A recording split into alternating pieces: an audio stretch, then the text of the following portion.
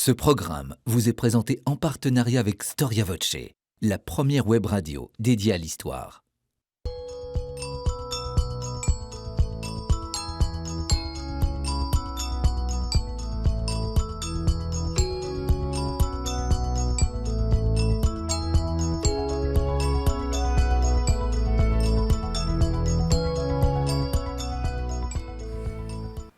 Chers téléspectateurs, bonjour, je suis très heureux de vous retrouver sur le plateau de votre émission Au risque de l'histoire. Alors vous le savez, cette émission se plaît à déconstruire toutes les légendes, tous les mythes qui entourent l'histoire de l'Église. Sans tomber dans l'hagiographie, nous donnons la parole aux universitaires afin qu'ils nous aident à comprendre cette longue histoire, dans toute sa complexité, dans toutes ses nuances, des pans insoupçonnés et surprenants parfois s'offrent à nous. Or, parce que l'Église a dominé la longue époque médiévale, il n'est pas étonnant de voir que ses opposants, ses détracteurs, dès le XVIIIe siècle, ont critiqué cette période pourtant bien plus riche qu'on ne le dit. Le Moyen-Âge aussi a vécu en effet plusieurs renaissances. Pour évoquer cette période, j'ai souhaité réaliser une émission un peu spéciale avec un seul invité, un des plus grands connaisseurs de la littérature médiévale qui, dans son dernier livre, a voulu comprendre comment l'Église s'adressait aux plus simples d'entre nous. J'ai nommé Michel Zinc. Michel Zinc, bonjour. Bonjour. Merci d'avoir répondu à notre invitation. Faut-il vous présenter, ancien professeur à la Sorbonne, ancien professeur au Collège de France, membre de l'Académie des inscriptions et des belles-lettres, mais au-delà, membre de l'Académie française, auteur de très nombreux ouvrages pour préparer cette émission. J'en ai utilisé 3 spécifiques. Ce premier ouvrage, Bienvenue au Moyen-Âge, paru, c'est une coédition de France Inter et Équateur qui reprend un livre qui reprend une série de chroniques que vous avez données il y a plusieurs années sur le Moyen-Âge, sur France Inter. Il y a aussi ce livre, L'Humiliation, le Moyen-Âge et nous, paru aux éditions Albin Michel. Et enfin, le tout dernier ouvrage que je mentionnais dans mon introduction, paru aux éditions du Cerf, Parler aux simples gens, un art médiéval. Nous allons voir en quoi l'Église a été novatrice et quel rôle l'Église a joué dans la construction des langues européennes. Mais avant de venir à cet ouvrage, à ces questions, je souhaiterais vous poser des questions, on va dire, un peu plus personnelles sur votre rapport au monde médiéval et à la poésie médiévale. Vous avez fréquenté le Moyen-Âge par votre imagination quand vous jouiez en forêt, quand vous étiez jeune, puis vous avez fréquenté le Moyen-Âge grâce à la poésie médiévale bien évidemment. Vous étiez alors plus grand. Quel type d'aventure nous offre la poésie du Moyen-Âge ? Alors mon attrait pour la poésie du Moyen-Âge a été au départ double. D'une part, comme vous l'avez dit, j'étais enfant, j'ai aimé, d'ailleurs jusqu'à un âge, au premier degré, jusqu'à un âge que je n'avouerai plus, les contes de fées, j'ai toujours aimé la littérature populaire, les chansons populaires, et j'établissais une continuité entre les premières poésies du Moyen-Âge et la poésie populaire, ce qui est une vision très romantique et condamnée par tout le monde, mais qui a sa part de vérité. Et d'autre part, lorsque j'étais adolescent, comme ça, en terminale, comme ça, j'ai découvert la poésie des troubadours de Languedoc, auquel j'ai consacré des décennies plus tard un livre. Donc, les plus anciens poèmes entièrement conservés dans une des langues modernes de l'Europe, en l'occurrence la Languedoc, et une poésie chantée, et qui invente, d'une certaine façon, le terme est peut-être excessif, une forme de l'amour, une conception de l'amour, un regard sur la passion amoureuse, qui sont en grande partie nouveaux, qui d'un côté sont difficiles à concilier avec l'enseignement de l'Église, qui est plutôt sévère pour ce genre de choses, mais qui en même temps cherche sans cesse cette conciliation et cherche une définition de l'amour et une conception de l'amour qui puisse englober tous les aspects de l'amour. C'est le grand souci du Moyen-Âge. Et comme d'autre part, les questions religieuses m'intéressaient, les deux se sont réunis et j'ai passé ma vie à aller d'un côté et de l'autre, la poésie et les non enfin la littérature religieuse, mais plus encore le fait qu'on ne peut comprendre la littérature du Moyen-Âge que dans ce cadre du christianisme qui était le sien, et hors duquel elle n'a pas de sens, même dans les moments où elle s'oppose à lui, ce qui arrive. Mais c'est ça qu'il y a d'extraordinaire, c'est de vous voir en fait aborder le Moyen-Âge avec un mot, l'amour, inattendu pour une époque que l'on dit obscure, pour une époque que l'on dit difficile pour les sociétés. On voit que c'est une époque qui, au fond, crée beaucoup, développe des idées, bref, n'est absolument pas l'image négative que l'on peut lui donner. Non, d'ailleurs, aucune époque ne mérite une image totalement négative et aucune image totalement positive. Mon idée est que, comme rien ne se perd, rien ne se crée, il y a une quantité constante de cruauté dans l'humanité et que chaque époque est très sensible à la cruauté des époques ou à l'inhumanité des époques antérieures et à un point aveugle sur ses propres cruautés qu'elle découvrira plus tard. Le Moyen-Âge a une religion qui est une religion de l'amour et n'ignore pas. Il faut bien se débrouiller avec cette religion de l'amour. Et l'amour humain existe. Il faut bien en faire quelque chose. Et il vit comme cela. À la fin du XIIIe siècle, enfin quelqu'un de mouvance franciscaine, mais qui était un juriste de Béziers, écrit un bréviaire d'amour en Languedoc. Bréviaire, c'était un abrégé, mais il y a 35 000 vers et encore il manque la fin. Et il y a toutes les formes de l'amour, l'amour de Dieu, l'amour du prochain, l'amour naturel, comme disent l'amour pour les gens de sa famille, qui est un amour de la chair et du sang, mais qui n'est pas sans l'aspect érotique. Et pour terminer, la 6e partie s'appelle « Le périlleux traité de l'amour des dames ». Et le périlleux traité de l'amour des dames est uniquement formé d'explications de texte, en somme, sur les poèmes de ces troubadours de son époque, et qui remontaient à son époque à 150 ans. Enfin, alors, bon, pardon. Alors, il y a un paradoxe, parce que le Moyen-Âge est un monde révolu. Nous ne pensons plus comme on pensait au Moyen-Âge. Et pourtant, paradoxalement, vous montrez que c'est un monde qui peut nous parler, qui peut nous éclairer, qui nous dit des choses, au fond, sur ce que nous sommes. D'abord, il n'y a pas de véritable solution de continuité, rupture entre le Moyen-Âge et nous. C'est la même civilisation. On dit la Renaissance. Quelle Renaissance ? Il y a eu une Renaissance à l'époque carolingienne, une Renaissance au XIIe siècle, une Renaissance que nous appelons nous Renaissance. Mais ce que nous appelons Renaissance, c'est le XIVe siècle en Italie, c'est le XVIe siècle pour nous. Cette civilisation a vécu une succession de renaissances. Et d'autre part, le Moyen-Âge est le moment où apparaissent les langues modernes de l'Europe. La langue que nous parlons, les langues que nous parlons, ou bien sont apparues au Moyen-Âge à partir de la déformation du latin parlé, pour le français, la langue, les langues de la péninsule italienne, de la péninsule ibérique, ou bien sont devenues des langues écrites à ce moment-là, comme les langues germaniques, qui préexistaient, mais qui n'ont pratiquement pas été écrites avant l'évangélisation et l'introduction de l'alphabet latin. Je parle là de l'Occident médiéval, c'est autre chose. Et donc, vous voyez, pour l'amour, justement, et la relation entre les hommes. La devise de la République française est liberté, égalité, fraternité. Nous allons y revenir. Liberté, égalité, c'est du XVIIIe siècle. Au XIXe siècle, on ajoute fraternité. Est-ce qu'on aurait ajouté fraternité si cette civilisation n'avait pas été pétrie par ce christianisme qu'elle était en train de rejeter, d'une certaine façon? Exactement. Alors, il y a aussi dans le Moyen-Âge une part de mystère. Le monde médiéval est nimbé de mystère. Et ce qui est mystérieux nous attire forcément.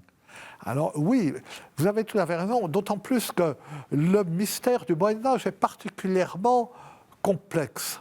Parce que, d'une part, il y a un surnaturel qui est le miraculeux. Donc, qui est identifiable. D'une certaine façon, il n'y a pas de problème avec lui.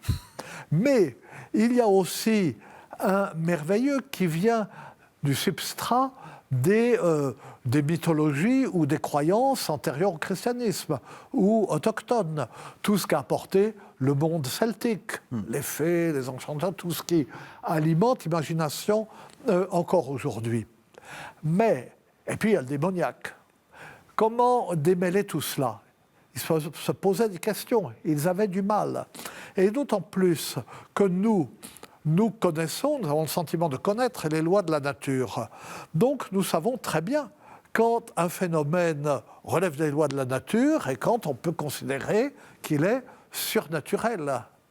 Mais au Moyen-Âge, les lois de la nature sont plus floues.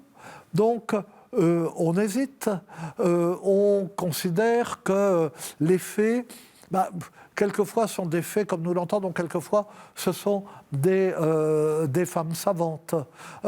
Saint Augustin dit que tout, évidemment, comme Dieu est tout-puissant, toutes les causes et tous les effets sont contenus en lui.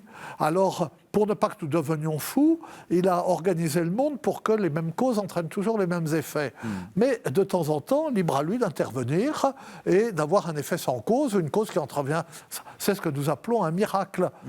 On s'est débrouillé avec tout cela. On a un phénomène surnaturel. Est-ce que ça vient de Dieu? Est-ce que ça vient du diable? Une vision.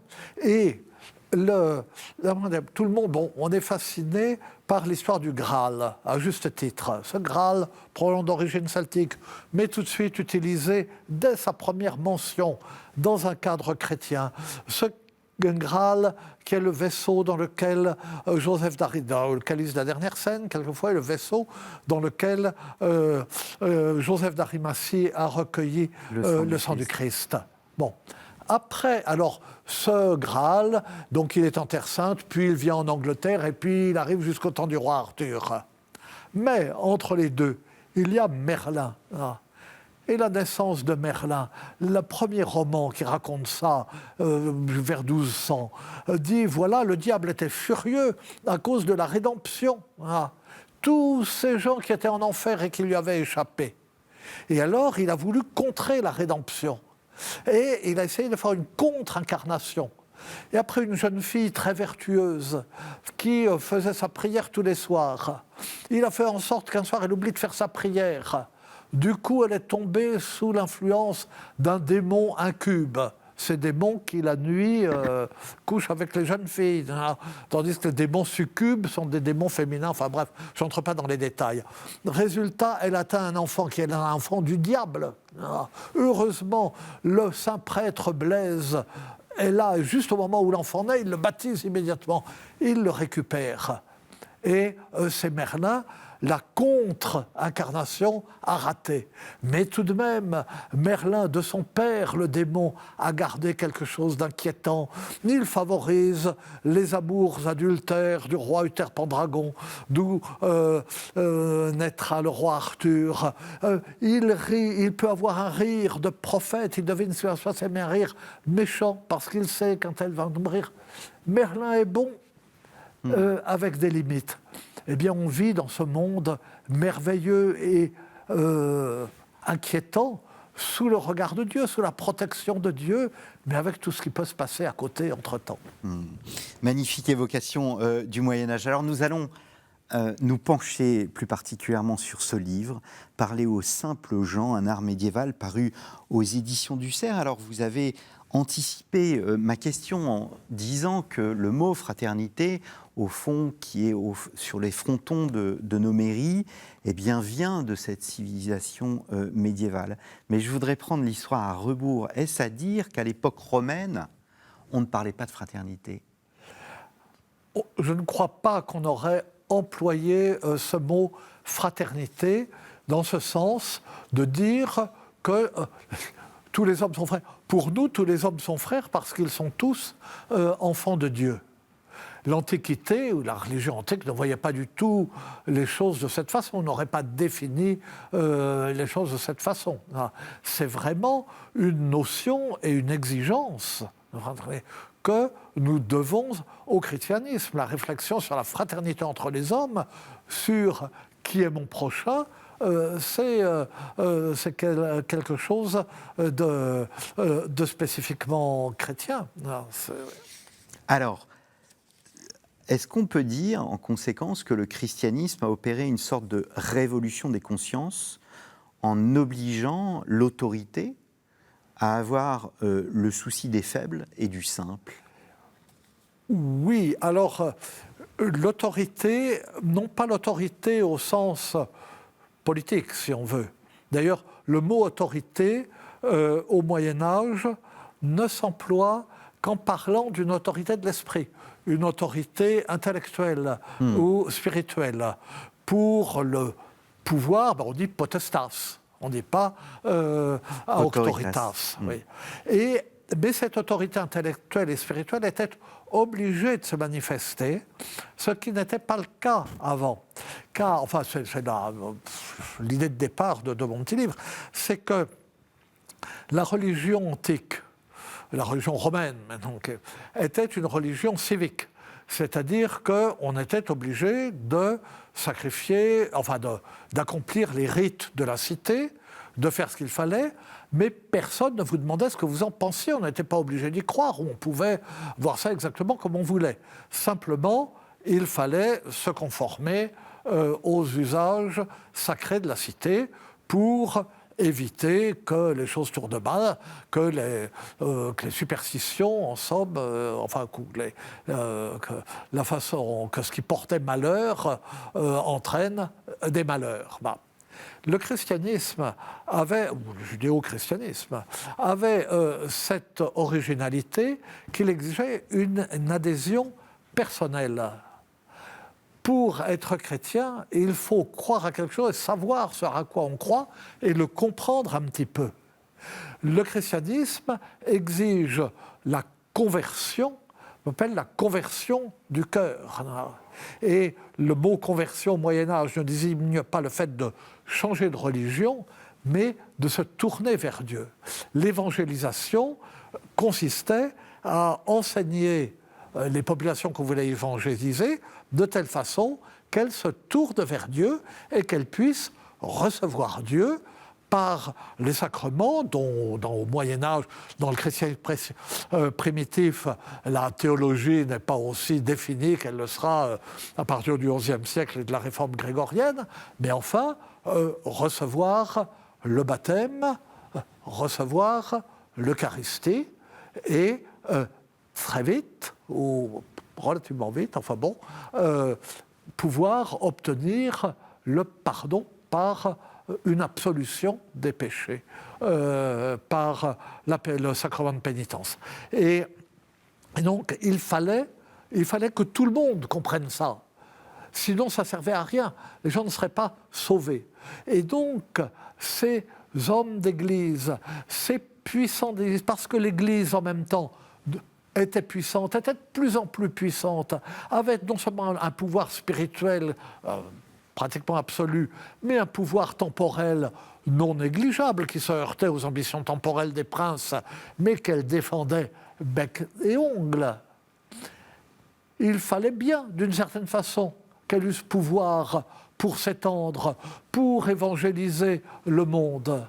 Mais en même temps, elle savait très bien, personne ne pouvait ignorer que le Christ a dit que les premiers seront les derniers, qu'il s'adresse d'abord aux petits et aux faibles, qu'il faut laisser venir à lui les petits-enfants et que leurs ongles sont toujours auprès de Dieu, qu'il y a des derniers qui seront premiers et que la première exigence de l'Évangile, c'est le dépouillement, c'est la pauvreté qui permet d'accueillir Dieu. De sorte qu'il y avait cette tension constante, d'une certaine façon cette mauvaise conscience. Et cette mauvaise conscience était bénéfique, en somme. Mais elle exigeait aussi le minimum qu'on pouvait faire, c'était bien de s'occuper de ces simples et de ceux qui ne connaissaient pas Dieu et de leur faire connaître d'une telle façon qu'ils puissent comprendre et qu'ils ne soient pas complètement dépassés par un langage trop difficile, par des idées trop difficiles, par des choses qui les dépassaient.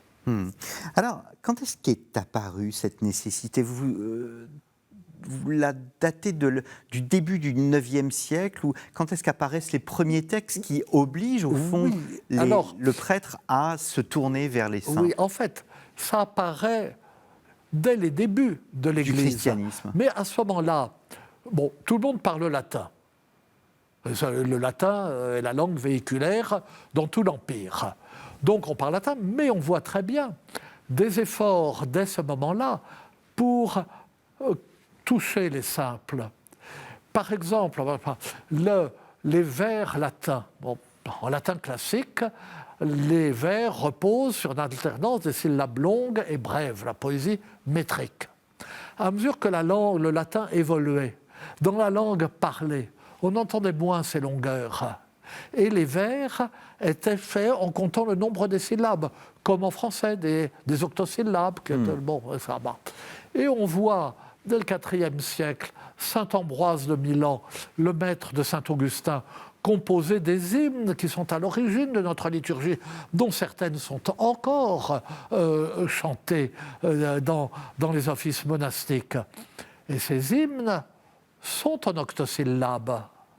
Donc dans une poésie qui est celle du peuple, qui touchait le peuple plus que les hexamètres virgiliens.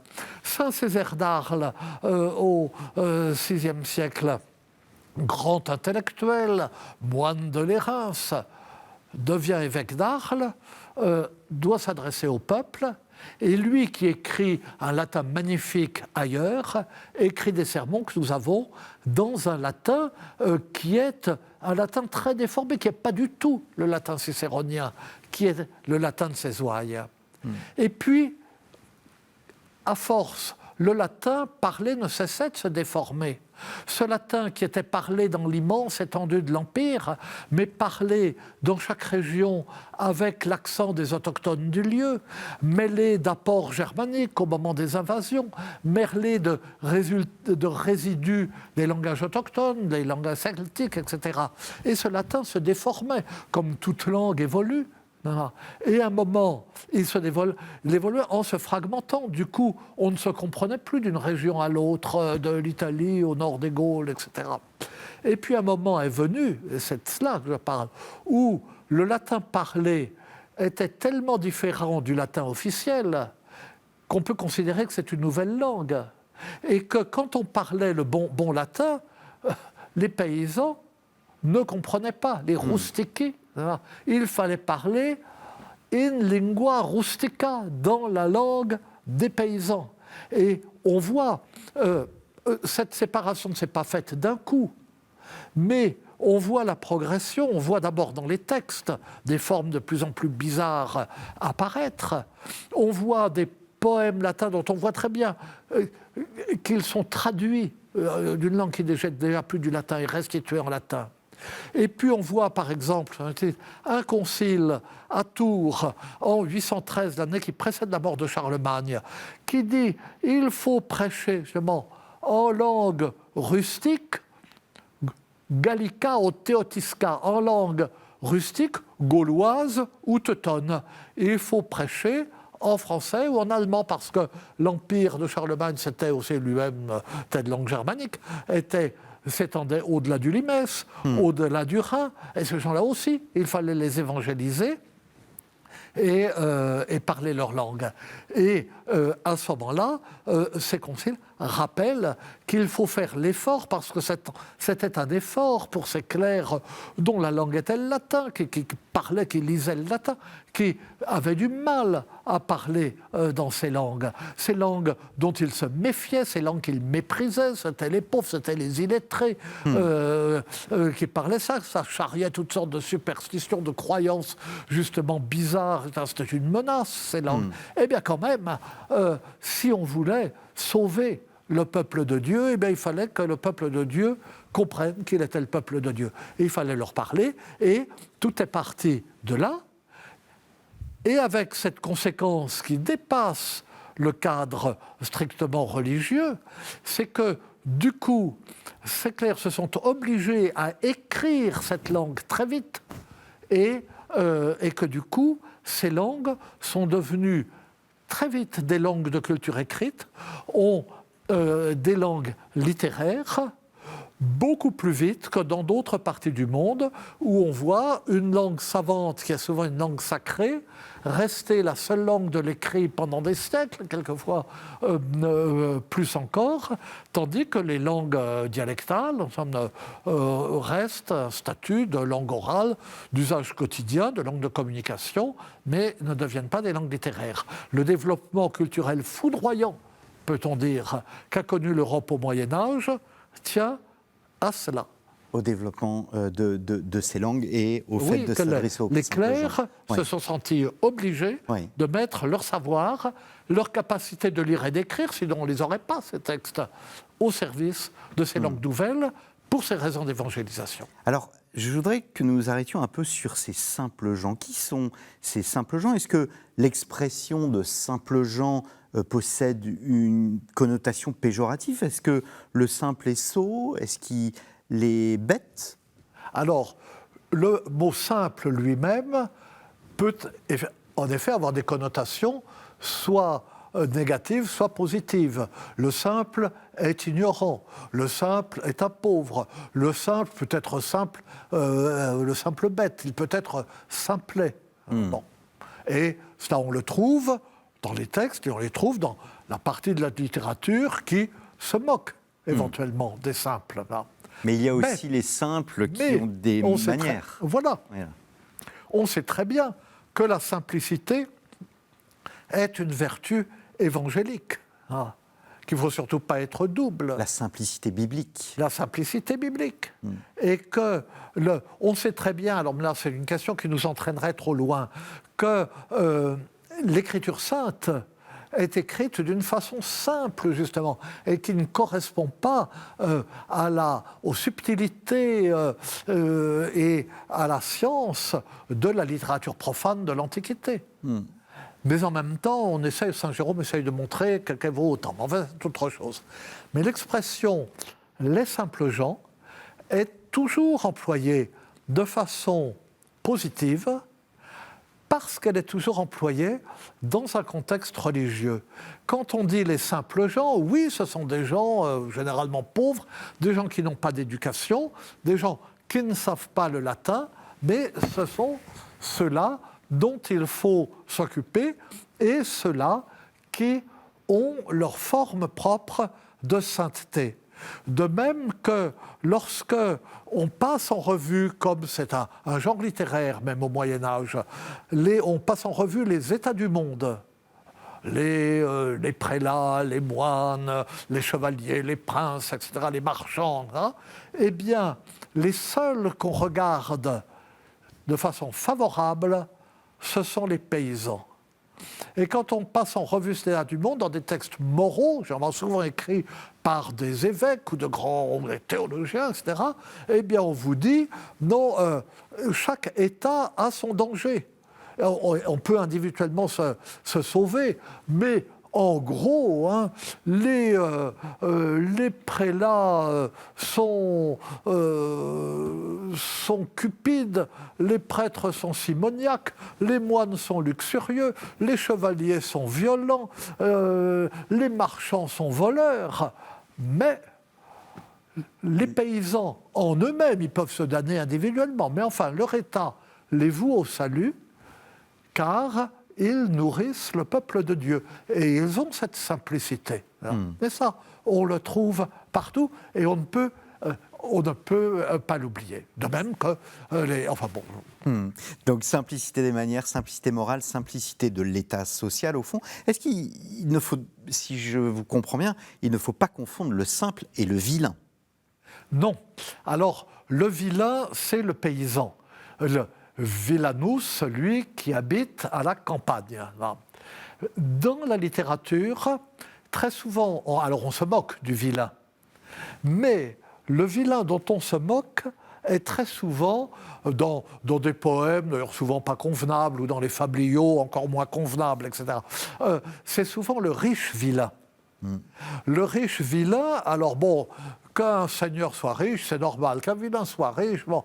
Et alors, le riche vilain est avare, il est dur avec ceux qui sont moins riches que lui, il est laid, il est sale et il veut tout avoir et du coup on se moque de lui et il est cocu et c'est bien fait pour lui. Voilà. Et alors ça c'est un autre pan de la littérature. Et lorsqu'on parle des simples gens, ce sont des vilains bien sûr, mais dans ces textes religieux on emploie assez rarement le mot vilain pour les désigner. On le trouve dans la poésie pour dire de façon paradoxale que la vilaine est jolie, que c'est une jolie vilaine et qu'elle est assez vertueuse pour résister aux chevaliers ou à l'ecclésiastique qui essayent de faire ce qu'ils ne devraient pas et de l'entraîner hors du droit chemin. Alors, vous montrez qu'il y a précisément une variation et une richesse littéraire. Il y a l'art littéraire tourné vers les gens simples.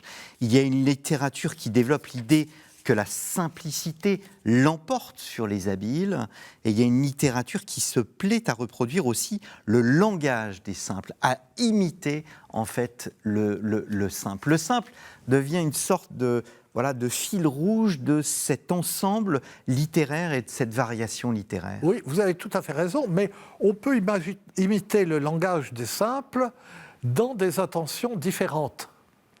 Par exemple, du côté vertueux, si on peut dire, la prédication aux simples gens. On peut imiter incidemment le langage des simples pour qu'ils comprennent, avoir un ton un peu paternaliste, comme ça, c'est ce que fait l'évêque de Paris, Maurice de Sully, qui le premier écrit un homéliaire complet pour tous les dimanches de l'année, les féries, pour aider les prêtres de son diocèse. Maurice de Sully, c'est celui qui a fait poser la première pierre de Notre-Dame. Ce bâtisseur de Notre-Dame, qui lui-même était fils de vilain et peut-être même de serf. Il était d'origine très humble. On peut être imiter le langage des simples, même un prédicateur, de façon démagogique. J'en donne un exemple. Un prédicateur itinérant qui quête pour l'œuvre de la cathédrale d'Amiens et qui a ce ton à la fois entendu, jovial, menaçant, en reprenant des expressions un peu paysannes et d'une façon totalement démagogique. Moi, je me repens d'avoir dit dans mon livre qu'il parle comme on imagine un marchand de voitures d'occasion. On me présente mes excuses à tous les marchands de voitures d'occasion. Mais voilà, on voit ce que ça veut dire. Et puis, il y a aussi dans la littérature, alors pas nécessairement religieuse, cette imitation du langage des simples, d'abord pour les mettre en scène de façon vivante, mais souvent, alors on se moque d'eux souvent de cette façon, mais souvent cette moquerie se retourne contre le moqueur. Le chevalier Calogrenant dans le Chevalier au lion de Chrétien III rencontre un vilain affreux qui garde des taureaux sauvages, etc. Et il lui dit: est-ce que tu connais une aventure dans le coin? Oh, bon, je suppose que c'est qu'une aventure, les vilains. Et puis, brusquement, il s'exprime très bien, il explique bien l'aventure.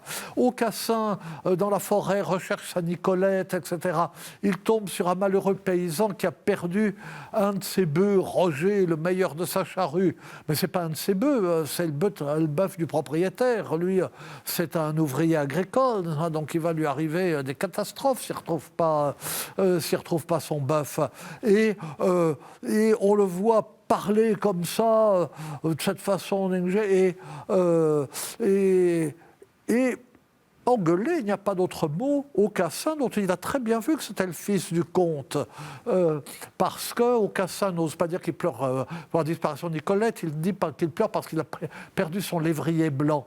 Et l'autre lui dit: comment vous pleurez pour un chien de merde, un chien de Longueuil. Longueuil, c'est les latrines. Et moi, j'ai perdu mon bœuf, et ma pauvre mère. En même temps, il se débrouille pour qu'Aucassin paye le bœuf. Donc, finalement, il se débrouille. Et dans les chansons si répandues, fait ma thèse de 3e cycle autrefois là-dessus, sur les chansons de séduction, de rencontre amoureuse, le chevalier rencontre une bergère, il lui fait des propositions, et l'issue varie selon les cas. Et souvent, le chevalier s'adresse à la bergère sur le ton qu'il utiliserait pour séduire une dame de sa propre condition, une noble dame. Et alors, il se moque d'elle en faisant cela. Mais en même temps, ça tombe à côté parce que la bergère ne comprend pas ce langage-là, tout ahuri, hein, mais elle est peut-être là tout ahuri, mais elle l'envoie sur les roses en disant beau langage, etc. Et donc cette différence sociale, cette différence dans la façon de parler est exploitée de toutes les façons. Et elle est encore exploitée de façon plus subtile. Chez un poète comme Rudebeuf, édité, autrement et traduit, qui se met en scène comme un misérable, il ne peut pas s'empêcher de boire, de jouer au dé, puis il a épousé une femme qui est vieille, qui est moche, et puis il a eu un enfant, puis il a été malade, et puis son cheval s'est cassé la jambe, bon comte de Poitiers, donnez-moi de l'argent, etc. Et il énumère ses malheurs dans une versification qui donne l'apparence de la simplicité, une versification un peu de chansonnier. D'ailleurs, les chansonniers du XIXe siècle ont repris son type strophique comme une sorte de brève de comptoir interminable, comme des propos d'ivrogne, la clope à la haie, je veux dire qu'il ne peut pas, qui dévide ses malheurs de façon interminable. Et le poème est prenant à cause de cette apparente maladresse. Et enfin, je m'arrête. La piété des âmes, dans le Testament de Villon, tout le monde sait ça, lorsqu'il compose une ballade pour que sa mère puisse prier Notre-Dame, il fait dire à sa mère, la piété des âmes, « Femme je suis, pauvrette et ancienne, qui rien ne sait, on que lettre ne lut, au Moutier, à l'église voix, dont suis paroissienne, paradis peint où sont harpes et luttes, et un enfer où damnés sont bouillus, l'un me fait peur, l'autre joie et liesse, etc. » Et cette sorte de naïveté dans l'expression d'une foi qui est bien faite, qui ne connaît que les images, ne sait pas lire, le désir du paradis, la peur de l'enfer, mais avec un refrain qui lui est ferme, « En cette foi, je veux vivre et mourir ». Eh bien voilà. Alors, je voudrais repartir du côté des clercs. Et je voudrais savoir s'il existait des techniques oratoires. Quel était l'objectif d'une telle prédication ? Rendre compréhensibles les choses, éveiller l'émotion, susciter bien évidemment la conversion ? Oui, il fallait susciter l'émotion et il fallait aussi enseigner d'une certaine façon. Il fallait enseigner, ne serait-ce que parce que l'office était en latin. L'évangile, les lectures du jour, l'évangile, l'épître, étaient lues en latin. Donc le peuple n'avait pas compris. Le premier rôle du sermon, c'était de paraphraser l'évangile, de traduire un peu l'évangile, et ensuite de le commenter. Et c'est pourquoi ces sermons au peuple sont très différents des sermons que nous avons en masse, des milliers de sermons savants. Nous avons sermons universitaires, sermons qui étaient le complément des cours des professeurs de théologie, sermons monastiques, prêchés au chapitre, comme les sermons de Saint-Bernard. Mais même dans les sermons de Saint-Bernard, on voit la différence entre, je ne sais pas, ces sermons sur le Cantique des Cantiques, qui sont une sorte d'effusion spirituelle, mais prodigieuse. C'est un des plus grands textes de la littérature française, sauf que c'est en latin, mais qui n'est pas du tout pour les simples. Et ces sermons du temps et des saints, qui sont pour ces moines, mais on voit très bien qu'ils peuvent aussi s'adresser aux simples. Et Maurice de Sully, et c'est ce qui a été imité ensuite jusqu'à aujourd'hui, applique une technique pédagogique qu'il a empruntée aux chanoines de Saint-Victor, dont il a fait partie au début de sa carrière, à Richard de Saint-Victor, qui a une sorte de manuel fait d'extraits de la Bible, chaque fois commenté.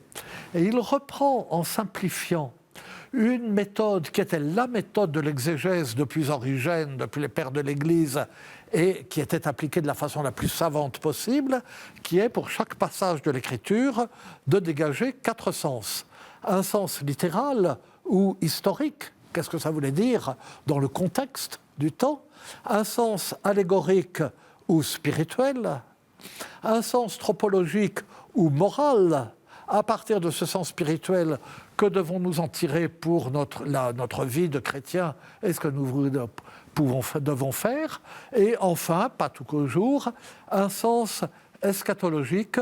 Que signifie ce passage de l'Écriture? Non pas au regard de la vie de chaque chrétien, mais au regard de l'humanité en marche vers le salut et au regard du salut global. Et cela, on l'applique de la façon très, très simple. Le sens littéral, on traduit, on paraphrase l'évangile du jour, on explique qu'à l'époque ça se passait comme ceci, comme cela, ce qu'est un samaritain, que sais-je. Le sens spirituel et le sens moral souvent sont confondus. On insiste plus sur le sens moral. On montre le sens spirituel est expliqué de la façon la plus simple, et puis on va aux conséquences pratiques. Et donc cette méthode, on l'applique au public qu'on a. Et on l'applique mieux quelquefois que le font les prédicateurs d'aujourd'hui, qui ont quelquefois tendance à être longs. Au Moyen-Âge, le public était moins discipliné, l'auditoire, les fidèles étaient moins disciplinés. Dans un sermon comme ça français, j'ai trouvé oui, puis vous n'êtes pas respectueux, quand nous parlons trop longtemps, vous nous dites prud'homme, taisez-vous, laissez-nous aller à nos affaires. Qui oserait aujourd'hui interrompre un sermon en disant « Mon père, taisez-vous, laissez-nous aller à nos affaires ». J'ai l'impression qu'il y avait plus de liberté pour les laïcs à l'époque médiévale qu'il y en a aujourd'hui. Il y en avait beaucoup plus, et même dans la critique de l'Église, enfin, ce n'est pas du tout... il fallait en faire pas mal pour aller au bûcher, enfin bon, passons, mais... Tant qu'on n'était pas franchement hérétique, on pouvait dire des choses, mais qu'on ne se permettrait plus aujourd'hui. On dépend beaucoup du 19e aujourd'hui. Oui, ben oui. Et ces sermons au peuple, on voit que souvent, plus c'est une grande solennité, plus le sermon est court. Parce que comme l'office est très long, il ne faut pas que les gens s'ennuient trop. Le plus court des sermons de Maurice de Sully, c'est le sermon pour Pâques. Parce qu'à Pâques, les fidèles vont communier. Et donc ça prend du temps. Et l'essentiel du sermon de Pâques, c'est pour dire, et puis quand vous irez communier, ne chahutez pas, vous bousculez pas, etc. Alors, il y a dans les sermons un moment très important qui s'appelle l'exempla. Qu'est-ce que l'exempla dans la première? Pardon, l'exemplum. Oui, l'exemplum, pardon, les exempla. Oui. Bon, alors, les exemples, c'est quelque chose qui se pratique encore. Ce sont des anecdotes le prédicateur insère dans son sermon pour le rendre plus vivant. Et alors, c'est quelque chose de très important dans la prédication au peuple, tellement important que, enfin, je ne sais pas, ce grand personnage, Jacques de Vitry, qui a écrit en latin des sermones vulgares, donc des sermons au peuple, passe une grande partie du prologue de son recueil à insister là-dessus. Et nous avons des recueils, ça a été beaucoup étudié par les folkloristes, les anthropologues, etc. C'est très très intéressant. Des recueils d'exemplats qui sont classés par ordre alphabétique, selon les 7 dons du Saint-Esprit, selon les vertus et les vices, etc. Et les prédicateur avait d'un côté un manuel comme l'homilière de Maurice de Sully, qui a servi de livre de dévotion dans sa version française, qui a été imprimé jusqu'au XIXe siècle. On s'est aperçu que le curé d'Ars l'utilisait. Et les gens, on allait écouter le curé d'Ars, puis les fidèles notaient fébrilement ce que disait le curé d'Ars. Après, on comparait, c'était exactement le sermon de Maurice de Sully. Mais ce qui montre ce que c'est que la sainteté, parce que ça faisait des siècles que tout le monde prêchait les sermons de Maurice de Sully, tout le monde dormait. Quand c'était le curé d'Ars, donc il se convertissait. Mais c'est ça la sainteté. Mais ça. Ces exemples-là, donc, on en farcissait les sermons. Alors, certains étaient tirés de l'histoire sainte ou comme ça, d'autres étaient comme des des petits contes de fées ou des histoires édifiantes, souvent en rapport avec l'au-delà. L'usurier qui avait vu apparaître un de ses confrères qui lui avait dit « Attention, moi je suis en enfer », etc. L'évêque de Paris, justement, Maurice de Sully, qui est le mauvais exemple dans un exemplum, qui se repentait parce qu'un usurier était venu se confesser à lui et il lui avait dit « Eh bien, donnez le bien mal acquis pour la construction de Notre-Dame ». Et après, il s'est repenti, c'était un péché, il a eu une vision, etc. Parce qu'il fallait rendre l'argent mal acquis à ceux à qui on l'avait volé, n'est-ce pas, et pas le donner pour l'œuvre de Notre-Dame. Ils avaient tout de même des scrupules. Et ces exemples sont une mine, et en même temps, on trouve les mêmes histoires sous forme d'exemplats, mais je n'en ai pas parlé là-dedans parce que j'en ai parlé, je le répète tout le temps, j'ai d'autres livres où personne ne les lit, et vous avez tort. Non, mais un livre, enfin, une œuvre littéraire qui s'appelle Le Jongleur de Notre-Dame, où j'avais réécrit des contes du Moyen-Âge. Oui. Eh bien, beaucoup de ces contes, ces contes chrétiens du Moyen-Âge, ce sont des contes, certains c'est raconté en 3 lignes dans un exemplum, mais on trouve la même histoire racontée en 100 vers, 200 vers, 300 vers, dans un conte pieux, mais enfin un conte pieux c'est vilain, n'est-ce pas ? Un conte religieux, un conte édifiant c'est vilain aussi. Enfin bon.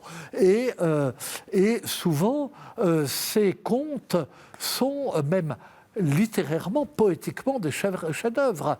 Il y a 3 recueils. Le premier recueil, les contes de la vie des pères, des premières années du XIIIe siècle, mais l'auteur de ça, c'est un cistercien sans doute, mais ça vaut Chrétien de Troyes. Si ce n'était pas des histoires religieuses, tout le monde se précipiterait là-dessus. On croit que c'est embêtant à cause de ça, mais c'est formidable.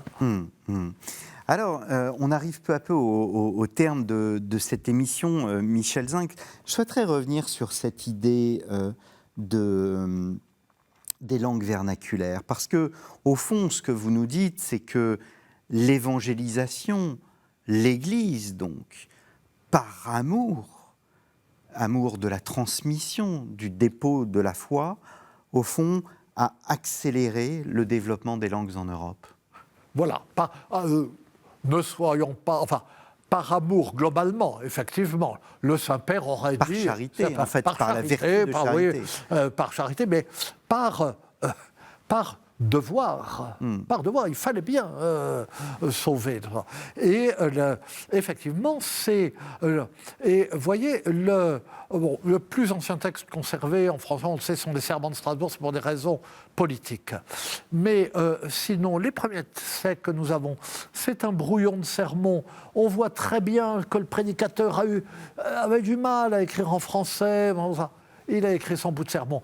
Et le plus ancien poème français que nous ayons, c'est un poème sur Sainte-Eulalie, séquence de Sainte-Eulalie, qui est en fait un poème liturgique, un poème qui suit dans le manuscrit une séquence de Sainte-Eulalie en latin, et ces séquences ces corps, suivre, c'est un poème qui suivait la jubilation de l'Alléluia. L'Alléluia se chantait en grégorien, comme nous disons, donc cette grande effervescence musicale du 6e au 10e siècle. L'Alléluia avait toutes sortes de mélismes qui le rendaient difficile à chanter, et on a eu l'idée, pour mieux le retenir, là, d'avoir une phrase édifiante, pour joindre l'utile à l'agréable, dont chaque syllabe correspondait à une note. Comme ça, on retenait mieux l'air. Et du coup, la phrase s'est développée et est devenue une sorte de petit poème qui suivait l'Alléluia. Et bon, ça s'est développé à Saint-Martial de Limoges et partout. Eh bien, on a eu l'idée de composer un poème en français, pour que les gens qu'on obligeait de venir, c'était la fête de Sainte-Eulalie, alors ils n'avaient pas le droit d'aller travailler, ils n'étaient pas contents, et au moins qu'ils comprennent pourquoi ils étaient là. Et la séquence latine de Sainte-Eulalie, dans le manuscrit, est un poème rhétorique, en somme, qui dit que c'est une grande sainte, etc., qui ne nous apprend rien d'elle. Mais le poème qui s'adresse au simple, lui, dit qui était Eulalie, quel a été son martyr, pourquoi, etc. Alors, c'est pas de la très grande poésie. Bona pulsella fut Eulalia, bella vret cor, belle zour anima, la voldre vaincre, l'idée inimi, la voldre faire, le dao le servir, elle n'est qu'al cotomi, les maols conseillers. Eulalie était une jeune fille vertueuse, son corps était beau, son âme plus belle encore. Les ennemis de Dieu ont voulu la vaincre, ils ont voulu lui faire servir le diable, elle n'écoute pas les mauvais conseillers, etc. Merci beaucoup pour votre passion, Michel Zinc. C'était une véritable joie intellectuelle de vous recevoir et de nous transmettre votre propre amour de cette belle époque qu'est le Moyen-Âge. Plus je fais ces émissions, plus je me rends compte qu'au fond, la Renaissance, celle qu'on porte au pinacle, au fond, est moins importante que ce legs magnifique du monde médiéval. Faut pas exagérer. Faut pas exagérer en dehors de l'art, bien évidemment. La Renaissance, a apporté scientifiquement, dans l'idée de la pensée, un renouveau extraordinaire. Et si je peux me permettre de dire cela aussi, au point de vue intellectuel, la réforme n'a pas été rien. C'est dommage qu'elle ait conduit à une séparation de l'Église, mais intellectuellement, c'était quelque chose. Mais la Renaissance, c'est un retour à l'Antiquité. Et il y a eu un élan de nouveauté au Moyen-Âge qui était plus grand. La Renaissance est revenue à la connaissance du grec et à la connaissance du très bon latin. Ça a fait du latin une langue morte. Pendant tout le Moyen-Âge, c'est une langue vivante qui évolue, lui aussi, le latin. Et ça ne laisse personne. Enfin bon. Merci beaucoup, Michel Zinc. Alors, vous évoquiez Sainte-Eulalie, c'est le deuxième chapitre de votre ouvrage Bienvenue au Moyen-Âge, paru chez Équateur en coédition avec la radio France Inter. Non, c'est même en livre de poche. C'est en livre de poche, c'est un ensemble de chroniques que vous avez données il y a plusieurs années, au moment de chroniques que vous avez données sur France Inter.